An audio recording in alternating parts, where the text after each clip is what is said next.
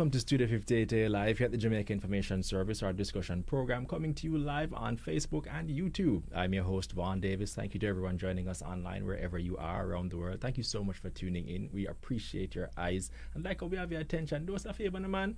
Share this video with a friend or two or 10,000 so we can have a very lively discussion. And as you watch, don't forget to drop your questions and your comments in the chat so we can have an interactive discussion going on throughout the day. All right?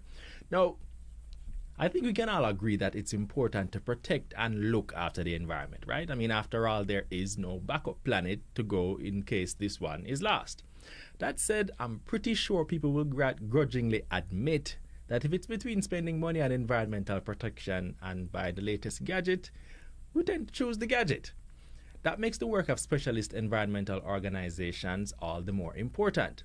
They get their hands dirty, organizing all the bureaucratic processes needed and other work required to be able to execute major projects that make a lasting impact on the push to protect our environment. Now, we're going to go a little bit deeper into that topic on today's show with help from one of Jamaica's valued environmental organizations, the Jamaica Conservation Development Trust, whose executive director, Mr. David Walters, is our guest today. Welcome, Mr. Walters. Thank you for being here with us. Thanks for having me, Vaughn. All right, so the work of the Jamaica Conservation and Development Trust, just to set the groundwork before we dive deeper into it, what is the work that you guys do and what is the roles and functions that you carry out? Sure. So we manage the Blue and Jonker Mountains National Park, and this is an area of over 40,000 hectares on the eastern side of the island. It's also a UNESCO World Heritage Site, so it's very important, very significant space. And what we do is primarily environmental management activities. So that has to do with the protection of nature in the environment. And we carry this out through a number of programmatic focuses. So we do outreach and education, we do enforcement and compliance, and also recreation and tourism activities. That's just a few of the main programmatic thrusts. All right, so you guys basically, you're, for lack of a better phrase, you're responsible for the Blue Mountain. We are responsible for the Blue Mountains. You know, that this world famous site gets treated with kind of respect for its environmental setup, essentially. Definitely, yes. All right. Now, in terms of being able, well, before I even go into that, I want to talk about because I'm trying to help you build your case here, but as we get into the topic of budgeting and so on. So talk to me about some of the projects you would have done recently, or some of the things that people may have seen or may have heard about, or if they were to go up there, what would they encounter based on the kind of work that you've been doing recently? Sure. So a lot of our projects, again, has to do with environmental protection in the Blue Mountains. We have allocated significant resources to continue to patrol the Blue Mountains extensively. So we have a core of national park rangers who patrol the extent of the Blue Mountains. So they're out there hiking, riding, to ensure that people are using the space in accordance to the law.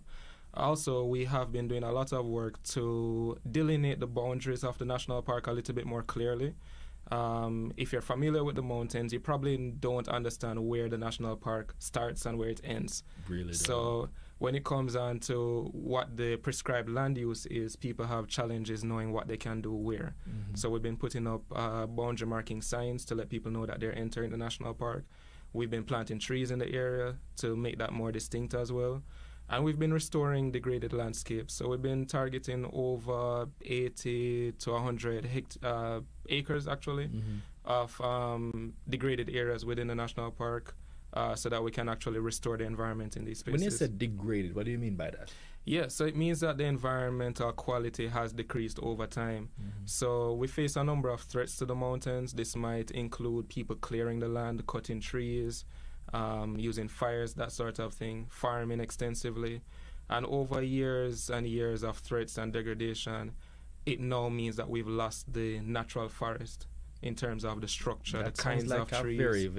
That's a frightening thing. It is frightening and it is concerning. If you look at some of the aerial photos and some of the satellite imageries and some of the drone shots, actually, you can see clearly where there's good forest, natural forest, and you can see these clear polygons within the space of clearing and just emptiness or grasses. So these are some of the areas that we target for restoration.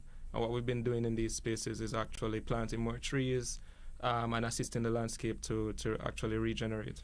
I mean, I'm going to go basic with it, but the value. Talk to me about the value of the ecological value, the biodiversity, so on that the Blue and Jonker Mountains bring to Jamaica. Just get into it because we have to kind of make people understand. Yeah, like why I said, it's important. a lot of people, you know, like if it's between buy a phone or give you some money for protect the environment, we are going to buy the phone. Why should I not take my money and buy the phone and kind of support this environmental thrust? I understand. Well, first off, it is our natural heritage. It's important to us as Jamaicans. It's cultural heritage as well. But beyond that, there are some economic cases to be made for the protection of the Blue and Jonker Mountains space. Primarily of those cases is the argument about ecosystem services. What does the mountain provide for us, the regular citizens of Jamaica? And I'd like to say that the Blue Mountains National Park area intersects maybe 11 of 26 watershed management units of the island. And it's a significant resource for the provision of clean, adequate water supplies for a lot of the eastern section of the island. Okay. So it's important, very important for the provision of water. And that's just one example. We've tried to put a dollar cost to it, and there's been some work in natural resource valuation. But we really don't understand the costs, you know, what this really means in terms of dollar value. But you can just imagine what that scenario would be like if we didn't have the mountains to provide clean water for Kingston and all other parts of the east. All right, so there you have it, people. Just if you're just uninitiated, you really haven't been paying much attention to the ecological value of the Blue and Jonker Mountains. You probably just see the big mountain and you say, oh, it's just a nice big, nice pretty natural landscape, but it's beyond that. The value of the watersheds and so on, and beyond just being a world famous there, I think it's home to several animals. Lots of endemic species. We have about 28 endemic bird species. Those are very important as well. Again, I'm going to make the economic case for birds even. Birds are important, not just because they look pretty and we like to see them, but birds play an important role in the ecosystem. One of these is pest control. So when you look at coffee farms or agricultural lands that are adjacent to national park lands, a lot of these places benefit from the services that birds provide. Birds are actually going in and eating the insects and so on, and actually reducing the threat of pests on these farms. And that's, again, you can ascribe a dollar figure to that. And I'm sure they also, as pollinators as well, as they eat the seeds, and then when they pass it out, they spread and so on and so forth. Exactly. All right. So the question now is, how do you afford to do what you do? Let's open that question as we go further into the discussion. Yeah. So first off, people will say it all the time, it takes cash to care. Yeah, exactly. We need resources to be able to do these kinds of things. We have an extensive outlay of activities, as I gave an idea of earlier. And we have a mixed funding mechanism. And right now we're at about maybe 15% of our total budget from the government of Jamaica, primarily through a co-management agreement that we have with the Natural Resources Conservation Authority Act, and that sits within NEPA. Let's say we're about 15% from government. We make about 20% from recreation and tourism activities. So if you've been to Hollywell and if you've been to the Blue Mountain Peak, all that kind of revenue, when you pay your trail fees and so on, it goes back to conservation activities. The vast remainder is through projects. So this is either through corporate donations and projects, or we have multinationals that support some of our activities. So I just want to use that to segue into one of our current activities, which is funded by the European Union. And what that project is really about is improving participation in the whole budgeting process. So when we talk about how is environmental work financed, how is conservation financed, we have to consider what happens on the government priorities. How does the government go about setting the priorities for national development and development outcomes? And a part of that has to do with the allocation to the forest sector. Right. Yeah. So, I guess we can, before I even go deeper into that, as you said, that you, essentially, your overall budget comprises of government budgetary allocation from the government. Right. You get money from different trusts, different multilateral agencies and so on as Right. well. We're gonna come back to the discussion about Hollywood and so on, because it's important to promote that and talk about that, because more persons need to know about that. Because I'm sure many persons probably wouldn't even know that you guys, Manage they probably Hollywood. think it's just some a government agency that's in one of these the many agencies of government and so on and so forth. So we're gonna stick up in and come to that. We can talk about that more, just to raise more awareness about the work you do in terms of providing that recreational / tourist, because that's important as well. Sure. But insofar as the budgetary allocations, right? So the idea now, I think, based on the project, is to find more ways to encourage. Is it to get more budgetary support or greater understanding of how the money will be spent once you get it? So it's twofold, and I would say overall what we're trying to do is increase participation. Participation meaning how can we include civil society and greater representation at the table when we talk about budgeting issues. So the first point he made, it is about receiving more in terms of allocation. It is about growing the pie. We are coming to the table with government and other stakeholders and saying, how is it that we can grow the available resources for the forest sector, not specifically for CSOs, but for the sector as a whole. How can we include... Not necessarily just for JCDT just not only, for JCDT, but just right. all the different agencies that are working to preserve the environment. Exactly. And so on. How can we increase that pool of funding for the conservation of nature? That's where we start the conversation. And we are critical stakeholders in the process. We are managers. We are partners with the government. Right.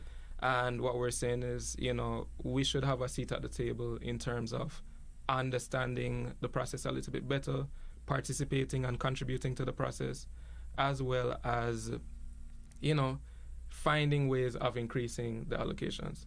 So when you say it like that, though, it implies, however, that maybe there's not necessarily an understanding of let me rephrase it. If there may be not a great enough understanding of the work that you guys do, or what, because if you're asking for more of a seat at the table, it implies that maybe you're not necessarily being included in the way that you want. So in terms, I guess we have to establish what happens now. Can you talk about what happens now? Sure. And so we can get a better, and so sure. we can help the lobby and say, hey, get them on the table. They are doing a lot of work and they're important. So one of the things I'd like to establish is that although I sit here as the executive director of the Jamaica Conservation and Development Trust, I actually represent a coalition of civil service organizations that work within the forest sector.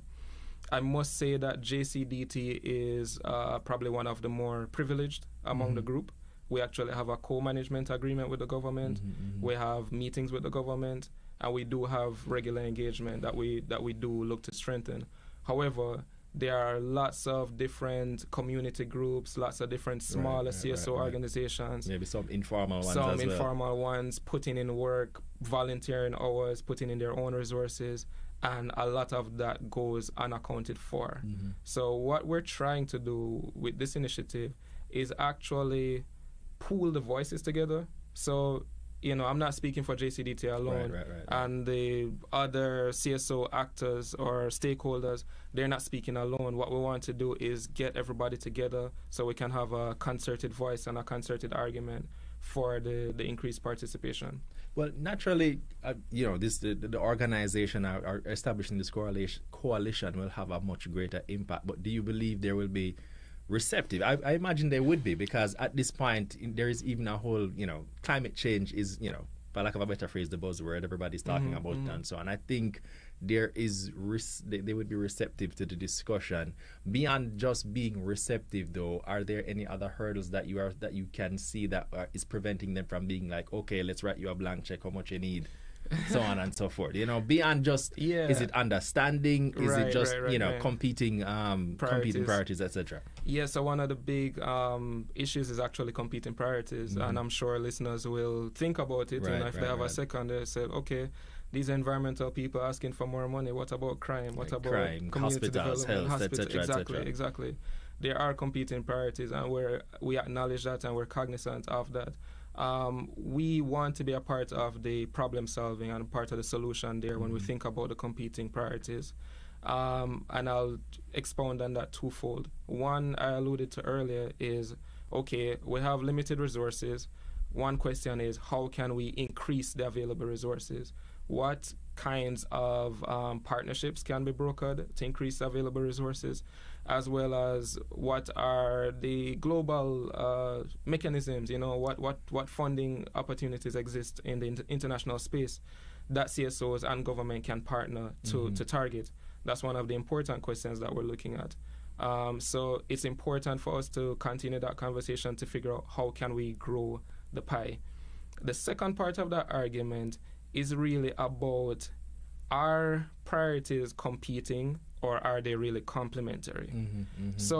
A lot of times when we think about environmental protection, you're thinking about, okay, don't cut down this tree. Right. We like the trees, and it's a more of an emotional argument. Exactly. But the reality is, when I watch the news, prime time, last week, and I look at communities in Westphalia, Penline Castle, and farmers are saying, we are in trouble because we don't have the roads to get our produce to market.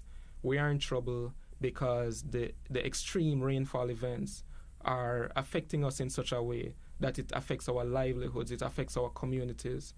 I'm looking at that, and I'm seeing a conservation argument to be made because these extreme events have a direct relationship with our ability to protect the environment. And these activities that we do in these communities and in these landscapes are what we call nature-based solutions. These are natural solutions to solve everyday problems within communities and within rural spaces.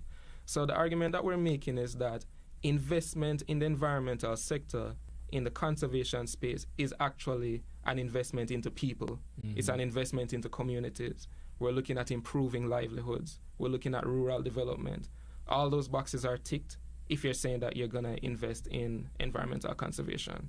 All right, that seems like a credit. I mean, it sounds pretty good. I'm not going to lie. That does sound good. And, insofar as the idea of competing priorities and so on, yes, of course. Well, I'm not, just to, put another sling in your bow, so to speak. I mean, when you talk about, extreme weather events, and we talk about basically being able to strengthen, because agriculture is supposed to be one of the major pillars of economic growth and development, and if we are able to focus on making sure that our soil health is up there, making sure that we are able to mitigate the risks or mitigate the impacts of extreme weather events, we're able to produce more, we're able to achieve more, we're able to improve the GDP, etc., etc., etc. Look at it this way. Our work in protection is really protecting the resource base of the Jamaican economy. Right. The foundation of the Jamaican economy is based in nature. Right. So if you look at our tourism, tourism, exactly. Tourism is a huge industry. What happens to the tourism sector if all the streams and waterfalls dry up and the beaches are degraded and there are no more hiking trails, no more natural experiences for people to come and experience in Jamaica? What does that mean for our GDP and livelihoods? Absolutely. Yeah. Right, that's a credible argument. I mean, hey, hopefully those who have ears to hear are hearing and listening, and I really, hopefully that makes an impact. And so, but the question for me now shifts to ROI, because at the end of the day, if I give you all this money, sure, where are we? What are we going to see next? Because it's not the thing about climate change, as you say. The return on investment is not necessarily immediate, and so when I make this investment, people are going to say, "Well, yeah, I'm gonna give you the money, but what am I seeing? Because it's not even so much what am I seeing, but this is something that you're not going to see tomorrow. You might not even see it next year. The benefits won't be visible. It's a very, very long-term investment. And so how do you respond to that? For the most part, I would say it is a long-term investment. It is an investment that goes towards our existential situation. However, some of these returns are a little bit more practical and visible. And I'll give you some examples of that.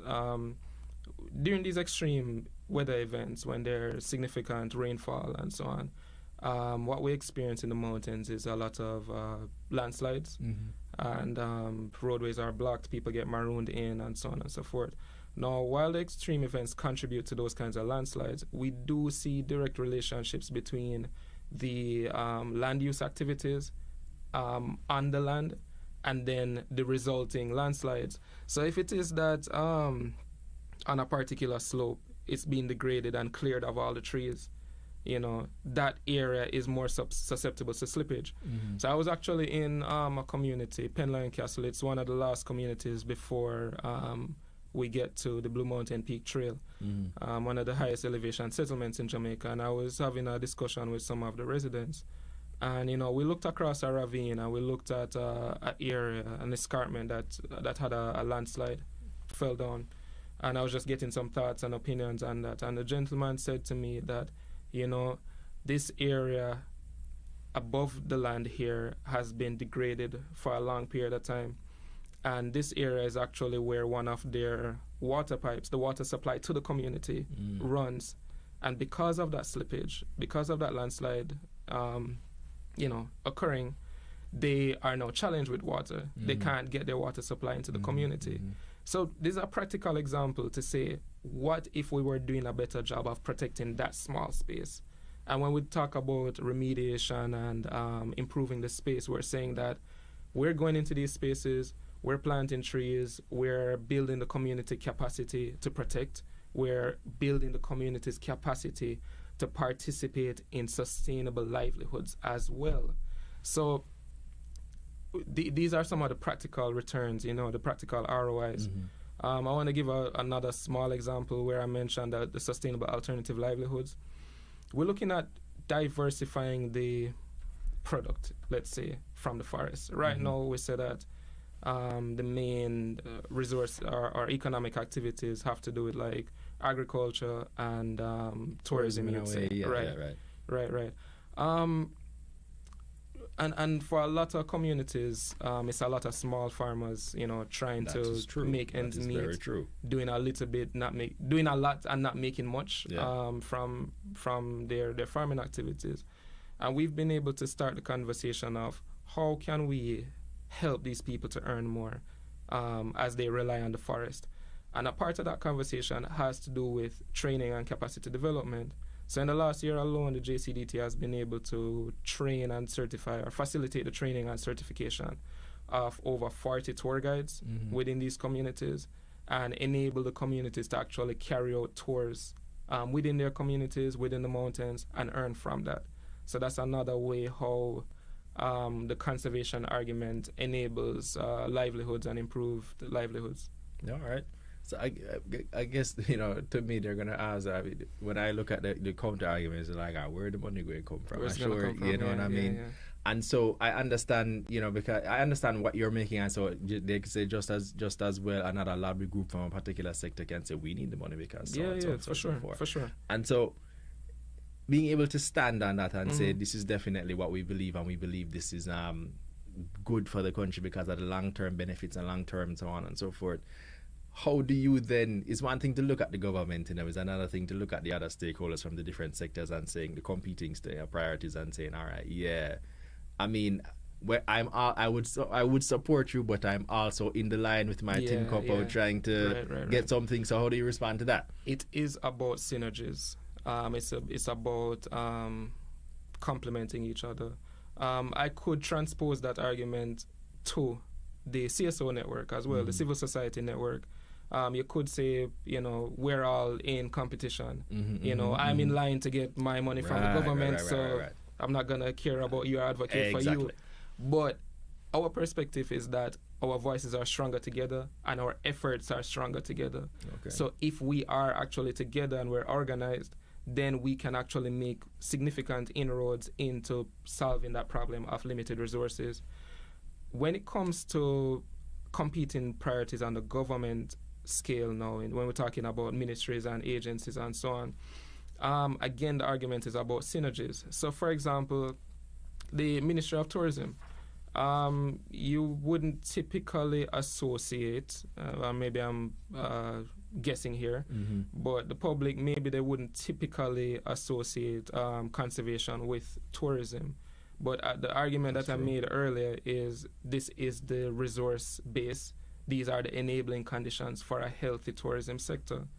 I was just at the ministry's health and wellness conference, tourism conference, a few weeks ago, and I see where the tourism ministry is moving in that direction to acknowledge different kinds of tourism products and actually to promote and support different kinds of tourism products. Now we're moving away from the typical seaside tourism, big resort by the seaside, and we're looking at tourism, community tourism. Right. Sorry, yeah. And the ministry is putting in place these policies and guidelines for community tourism.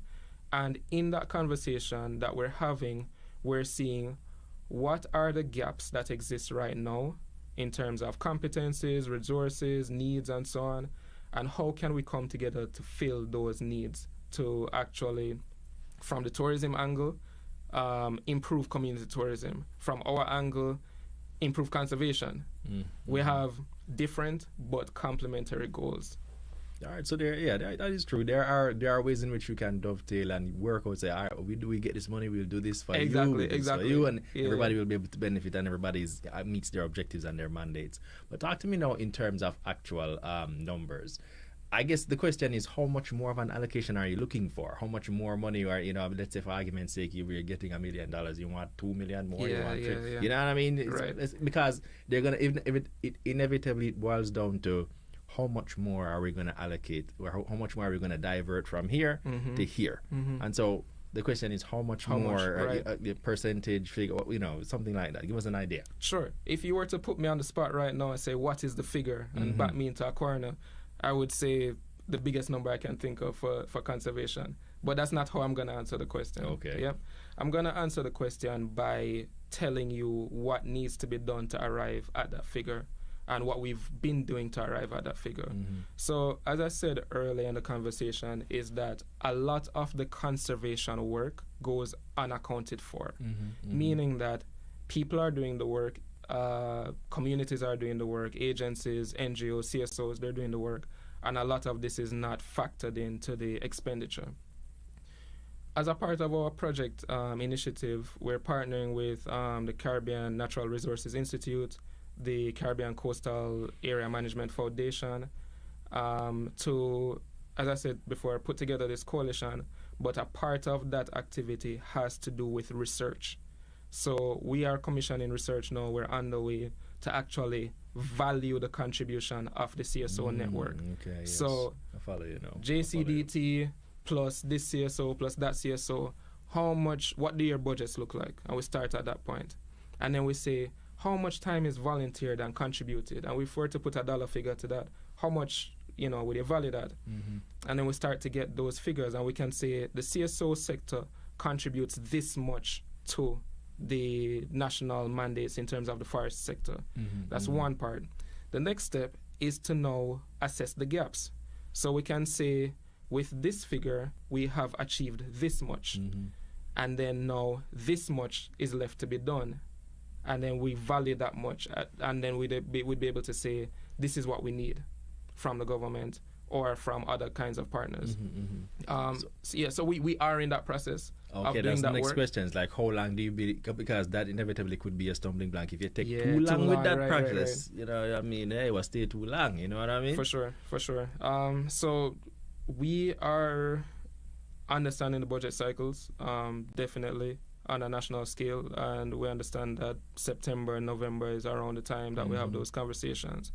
Acknowledging the stage that we are in this project cycle, we're targeting the next budget cycle, next November, September, to be able to come to the table and make these arguments. So in that regard, in terms of the timelines, that's our deadline, if you'd like to consider it that way. We do have this research that's ongoing right now, and we have been meeting with the various CSO partners and members of the coalition to do these kinds of assessments. One of the last conversations that we had in one of our meetings this year was to understand better the priorities of the network. So me on my side over at JCDT, I care about conserving the Blue Mountains. Right? That's my main aim.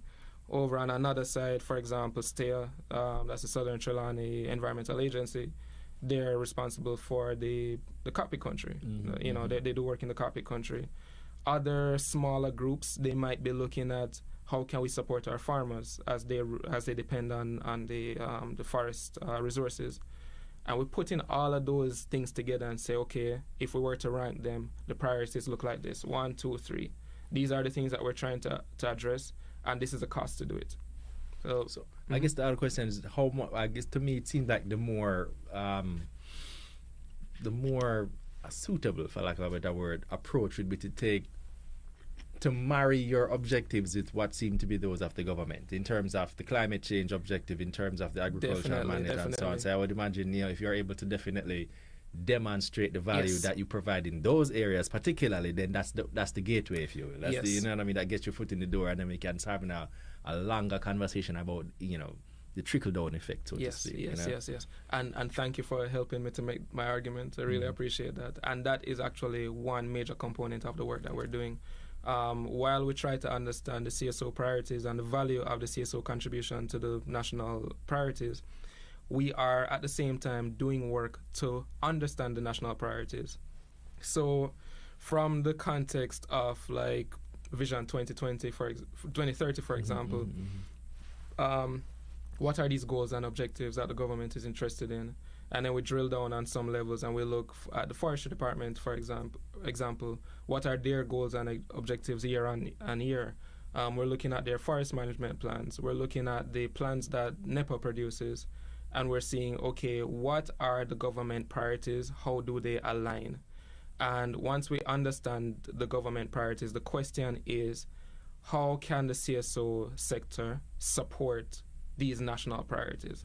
So it's not a separate argument. It's not a destructive argument. It's a constructive argument. We start at the place where we acknowledge the government priorities. We understand the government priorities. And then we're saying, okay, if the government has all of this to do, where does civil society fit? What are these specific roles that we can play based on our unique positioning? And what are the resources that we need to get these things done? All right, I'm going to switch tack, but and ask you a question that I don't want you to take it the wrong way, but let me ask you this. Do you believe you guys could be doing more to leverage public support for your initiatives in terms of, it's one thing to go to the government, but I mean, you will always hear the hue and cry of competing priorities, etc., etc. Being able to go to the public, for example, through the social stock exchange, some kind of approach like that creates a platform through which members of the public, it requires a lot more active involvement to kind of make, continue, because you have to keep making the case for yourself. You can't just tell them January and expect them to remember in December. Right, for sure. Don't work like that. So do you believe that you could be doing more to leverage public support for the trust to be able to generate more financing? We can always do more. That's the simple answer to the question. We can always do more. But I appreciate that you are bringing other stakeholders into the room. Right now, we've been talking about the civil society organizations and the government. There are other stakeholders. What about the public? What about corporations? Those questions are valid.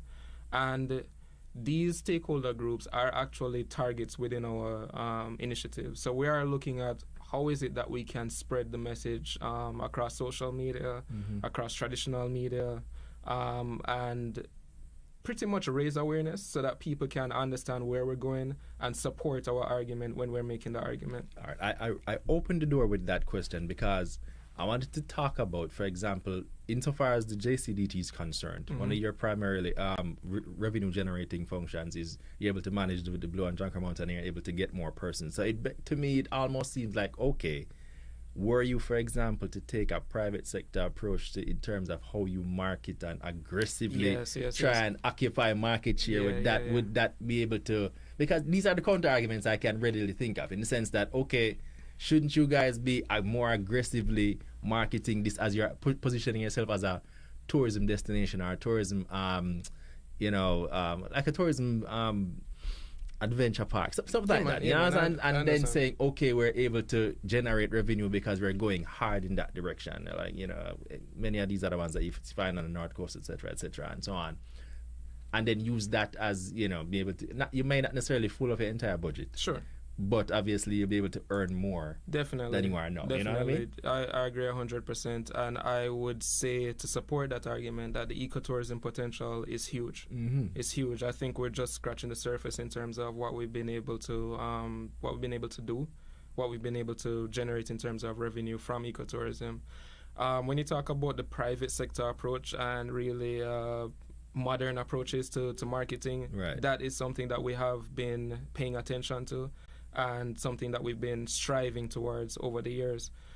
Just for a little bit of context, JCDT is a small organization, founded in 1988, and we've had just a handful of people really participating in these efforts. Right. I've come on board in the last 4 years. 4 years ago, I joined JCDT, and a lot of my focus has been how do we actually modernize our activities? Right. How do we strengthen our institution and actually be more efficient in marketing and sales of the ecotourism product?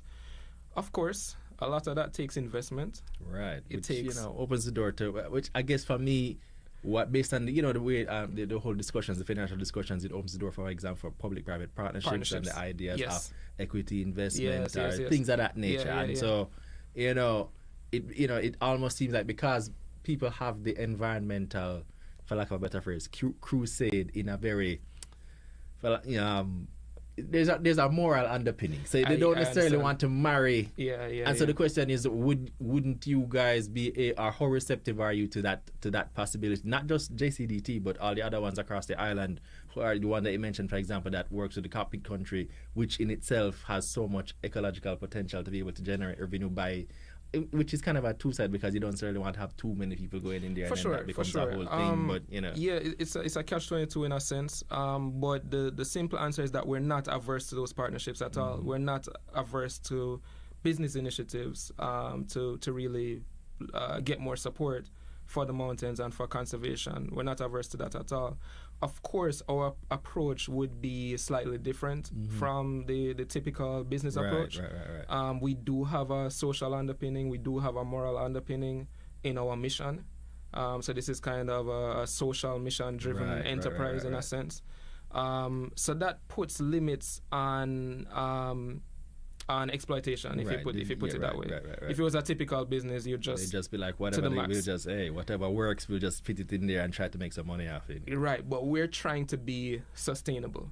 It's not about making the most money right now. It's how can we maximize revenue within these parameters for the purpose of conservation over a long period of time. All right, I suppose hopefully under this partnership that you have with the different coalition and your multilateral partners which are helping to fund it and support the efforts and so on, I would like to hope that there is room for some kind of discussions about these PPPs and these equity investment and ways in which that you can find suitable partners who can help you to expand the potential, because not everybody necessarily right. So you raise an interesting point as we consider business approaches. We consider more traditional financing mechanisms that can be applied to conservation, and that is a conversation that we are starting. We're walking down that road. It's not something that is that we're super familiar with in the conversation in the conservation space. It's not something that we've been doing over the years, but we're definitely aware of these options and these possibilities, and we are actively pursuing them.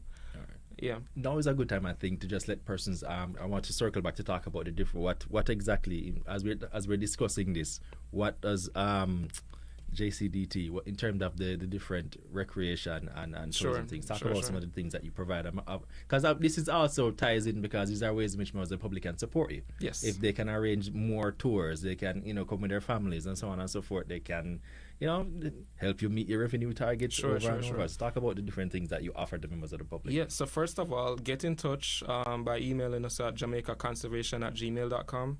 And you can also follow us on IG and Facebook, Blue Mountains Jamaica. So that's our primary contact that you can reach us. From there, you can understand exactly what we're doing. So we have cabins at Holywell for rental. We have 3 cabins. And again, touching back on the business argument, we are looking to expand our offerings. We have secured investment to expand our offerings at Holywell to increase that revenue generation. So right now we have 3 cabins. We expect to have more cabins in the coming year. We have 5 trails on site at Hollywell, and these trails range in distance or difficulty. You'd say from maybe a half hour to complete one to maximum hour and a half to complete the most difficult one. So we have a range of options for people. There's a cafe on site right now. That's Blue Brews Bistro. Cafe, natural marriage. Exactly. They operate on the weekends, Saturday and Sundays. Yeah, and we have camping spaces, picnic spaces. So you can come, get a tent, camp overnight over a period of time. You can have a picnic. We have gazebos, all those kinds of options. We do educational tours as well. So we have a lot of schools from time to time assisting in delivering the environmental education to students at all levels, primary to tertiary. So that's some of our products as well. While Hollywell is our main recreational site, we do have another recreational site at Portland Gap, and that's the last place that you can sleep in a building before you get to the Blue Mountain Peak. Okay. Right. So we manage the Blue Mountain Peak Trail, and we have accommodations at Portland Gap. So all of these things are, within our revenue streams. Also, we partner with local communities, as I said before, to build their tourism capacity. And we work very closely with maroon communities within the Blue Mountains. So we have a lot of community relationships in the Rio Grande Valley, for example, Moortown, Hayfield in St. Thomas, Scotts Hall in St. Mary. And what we've done with a lot of these communities is to, again, take the network approach to capacity development. And they are now all within a tourism network, a community tourism network, where we've been able to train, build capacity, and we're now at the stage where we're just about to start offering products from the community perspective. Yeah. Right, so a whole heap of things going on. Yeah, there's a lot happening. So we anticipate that we would be able to start getting tours to these communities to, again, improve livelihoods of people. And we see this as a vehicle for preservation of nature and culture. Right, that's in a very sustainable way as well. In a very sustainable way. It's their own community, so they'll be inclined to protect it, look after it, etc., etc. So these approaches we are transposing within the coalition as well. We're sharing lessons learned. We're building on the strengths of each other. Where we have had some success, we try to share that with other CSOs, try to pool resources so people can benefit from some of the services that we offer. So it's very, very multifaceted. Yeah, I mean, very multifaceted. It's tremendous. I mean, there's a whole lot there. There's a lot that should be very attractive to a wide cross section of stakeholders. And like I said, let those who have ears to hear, I hope you are hearing and appreciating the investment opportunities and the potential. I think there's a lot of upside here, not just necessarily from the government perspective to be able to provide financing and budget and so on, budgetary support, etc. But I think there's just based on a lot of what you talked about, there's a lot of opportunities to expand some tourism offerings, agriculture, and just make a lot more available and accessible to members of the public. So definitely. So I must reiterate that I sit here as JCDT Exec Director. But we are doing a tremendous job, I believe, of representing the civil service sector within the forest conservation space. And all these arguments or conversations that we're having in relation to JCDT is also relevant to everyone else, right? Exactly. So these opportunities exist. And it's largely been underexplored. Yeah, it has. Too much to our, disadvantage. The time is now to really. I mean, if we're really talking about generational wealth and all these different financial discussions and so on, Jamaica's natural environment presents one of the most untapped. I don't even know how to categorize it as. And I think there are a lot of good examples in our region, Latin America and the Caribbean. Right. If you look at nature-based tourism, ecotourism is huge in places Guyana, like Guyana, so Costa Rica, Dominica. Dominica has a cable car.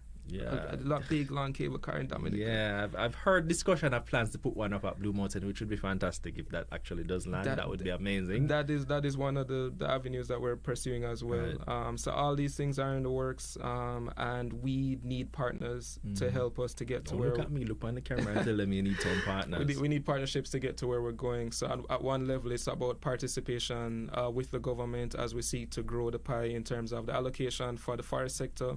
But it's also a conversation about partnerships with the private sector. What opportunities out there exist for private sector investment to earn and benefit from the forest sector, and at the same time conserving nature. Right, absolutely. I would implore any person in the private sector who's good at writing business plans and ways to kind of help you guys bolster your capacity to pitch to different stakeholders and so on. I think that would be fantastic as well. Quickly, I just want to show some love to Hugh Dixon online, who's dropping a couple of valuable comments down there, saying the government and the local private sector need to become more involved and proactive. And there's vast ecotourism potential that is underestimated from the pristine forest cover. He also mentions that you can get in touch with STEA, which is, what Mr. Waters mentioned, the organization down on the south coast side, which is helping to protect the cockpit country. Hugh does great work with the Southern Trelawney Environmental Agency. Right. Great organization, great work in preserving the cockpit country area, and they do tours. Right, he's mentioned here that you can get in touch with them at ino@stea.net. You can get hiking excursions, bed and breakfast, and so on in the cockpit countries. That's a great opportunity, and so on. If we can big up that, then it's my pleasure to let persons know about that. All right. I want to switch tack just a little bit to talk about. I understand there's some International Mountain Day coming up. Is that something you can just shed a little light on? Yeah. So International Mountain Day is December 11. It's something that we acknowledge and we celebrate every year. Last year we had a kind of hybrid conference where we were able to kind of share some information about the importance of the mountains, some of the work that JCDT is doing. This year, we are not celebrating on the day, on the 11th, but we do have some activities at Halliwell. We're looking at the 16th. I believe that's a Saturday after.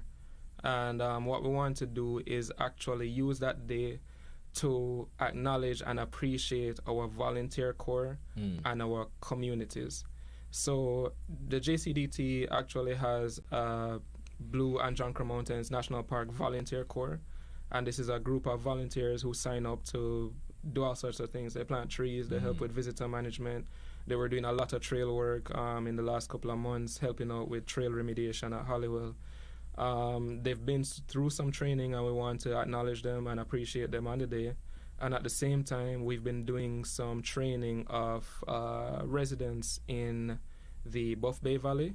That's in some of the communities in the Buff Bay Valley that's close to Halliwell, and they are now TPDCO certified as tour guides, and we want to acknowledge them and present them with their certificates on the day as well. We have some things in the works for members of the public on the day. I don't want to misspeak and say it right now, so I'm going to ask everybody to just follow Blue Mountains Jamaica on IG and look out for the updates there. Is that Blue Mountain Jamaica? That's a different thing from JCDT's socials, that is. So that's our page that we Blue Mountains Jamaica. Blue Mountains Jamaica. Check out the site, check out the social pages, and see everything that's going on. And that's the 16th of December. All right, so it should be a good time. I mean, different kind of observance and different kind of way to celebrate our natural environment and natural resources, etc., etc., etc. So good look. I guess I'm going to give you the last comment to you just once again to just reiterate the significance or the overall thrust behind this project to build a bridge with the government to be able to generate greater budgetary support and so on and so on. 5-minute pitch, Mr. It's like, hey, what? More money you want? You're more money you want? Why must give you more money now? Pretend I'm Andrew Holness. Yeah, so Mr. Holness, thank you for your ears. We are at the JCDT here. We're representing a Forest Coalition, and we are valuable actors within the forest space. We have contributed a lot to the preservation of nature and culture within Jamaica, and it's very, very important to our sustainable development as well as our national development. what we would like as civil society is a greater seat at the table to be able to have these conversations and solve problems participatory on how we can actually increase funding for preservation of nature and how we can acknowledge and even support communities and CSOs as they work to preserve and develop their communities as well. All right, so there you have it, people.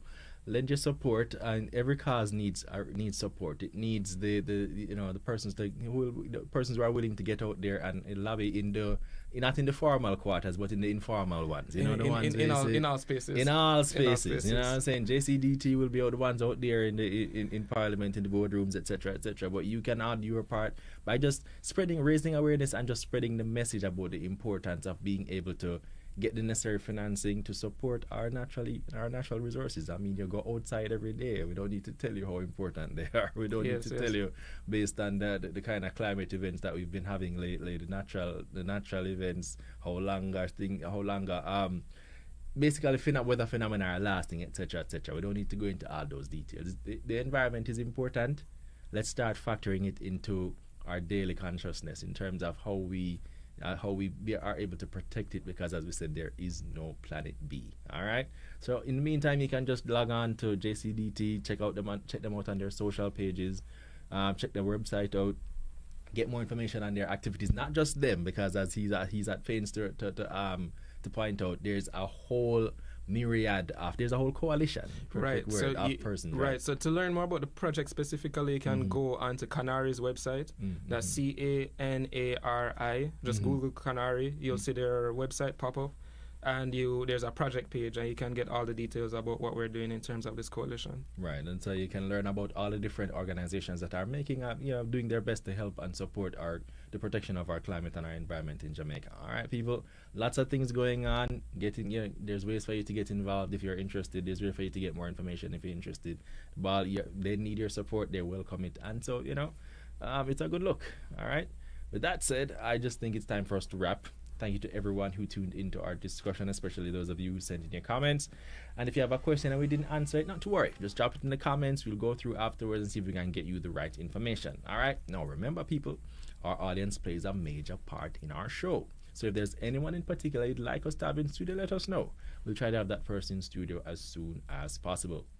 Don't forget to follow us on Facebook, X, Instagram, TikTok to see who will be in studio next. You can follow JCDT once again. Check them out. Check out all the different environmental protection, civil service organizations. You can check them out and all the work that they're doing as well.